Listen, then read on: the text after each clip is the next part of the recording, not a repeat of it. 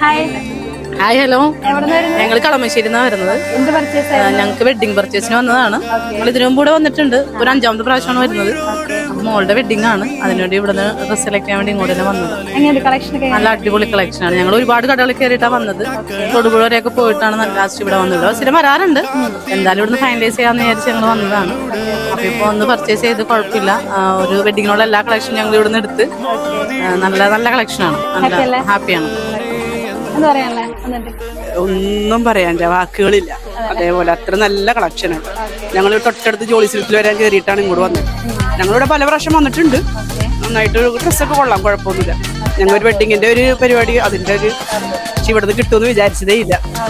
Okay, തൃപ്തിയായി. നല്ലതാണ്, അടിപൊളിയാണ്. സ്റ്റാഫ് എന്ന് വെച്ചാൽ നല്ല കോർഡിനേഷൻ ആണ്, ഫ്രണ്ട്ലിയാണ്.